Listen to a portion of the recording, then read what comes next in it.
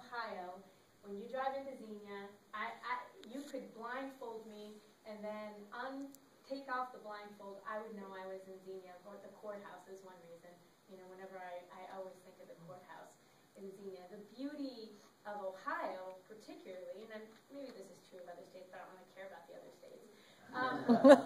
The thing that makes us really a fabulous state is that we are a state of places. And those places are unique. And they are not Walmart. So, you know, if you blindfolded all of us and you took off the blindfolds and we were in the parking lot of Walmart, would you be able to tell which Walmart you were at and which city?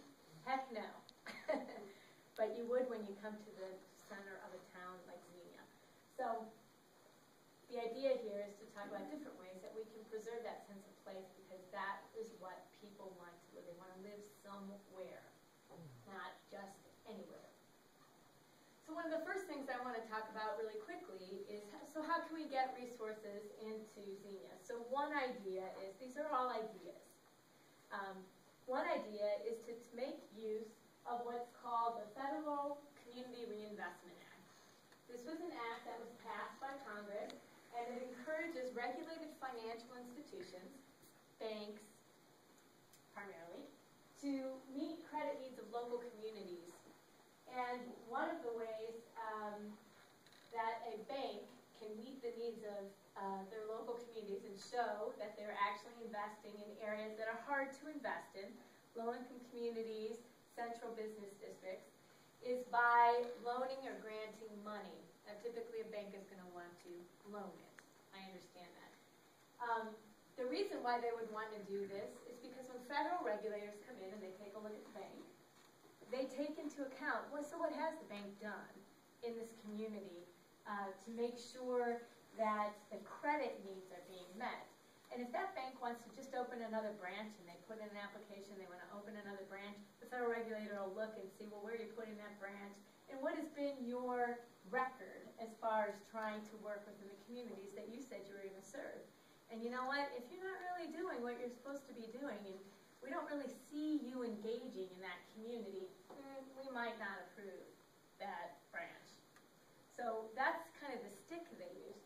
So knowing this exists, you could go to the banks that serve Xenia. You can go online. Now, right now, if you follow all the craziness in Washington, which who has time to do that, but there were several different regulatory agencies, and they're trying to all be brought into one. That's a controversy right now in Washington. But if you go online and you look up, you search the bank's name and put CRA, or Community Reinvestment Act, you usually will be able to find which agency is the one that has overseen it, and they do a report. And in that report, you can read to see what are the kinds of things they say they're doing to meet this requirement. And in many times, you could be helping a bank by giving them the opportunity to fulfill that requirement. One of the communities we worked with up in Northeast Ohio, the community of Worcester, who is a Main Street community, what they did is they got together 7 banks who served the Worcester community, and what they did is a loan pool. So all of the banks committed so much money to the loan pool, and by doing that, they were mitigating what they saw as risk, especially in the beginning of the redevelopment of downtown Worcester.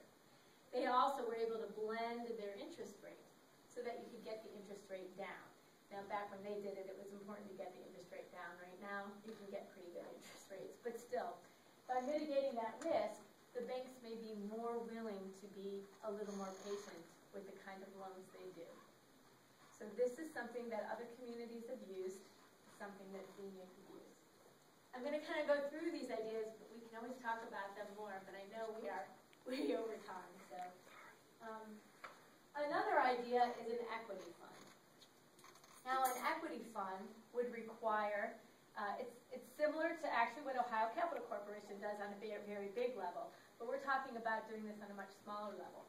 So you would get corporations and local individual contributors, if they so choose, to pool investment funds and create what would be called an equity fund. Then that fund would become available to building owners or business owners to do the rehabilitation needed in the building.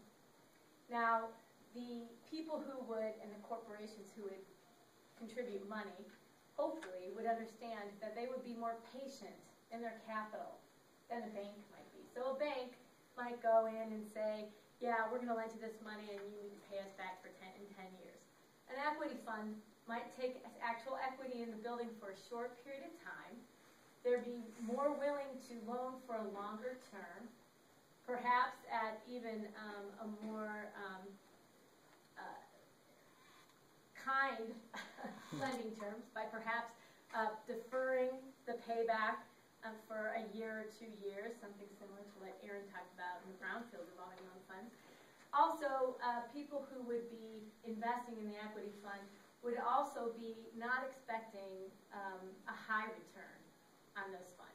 They'd want it back, number one, and then hopefully maybe they'd get 1 to 2% of a return. That's a very, very small return. Most people wouldn't want to do that, but if you're doing it for the betterment of the community, it's something that you would consider doing. Typically, an equity fund like that would be run either by a nonprofit or perhaps if the downtown has, I'm not sure how DRC is set up, but it's possible that you could do it there. Or there are other organizations, you know, Heritage Ohio could run it for you. Heck, I guess Ohio Capital Corporation could run it for you. But there are other groups who kind of do this thing already and might be willing to run it for you at very low to no cost. But it's another way to pool if people have resources and they are community and civic minded and they'd like to see things get done, and you're a building owner and you can't access all the capital you need to do what you want to do to your building, this is another way of doing it. It's thinking a little bit outside the box. I'm sorry, I keep like Matt's used to being abused, it's okay. All right, Erin briefly mentioned on her list new market tax credits. New market tax credits, there are federal new market tax credits, and then there is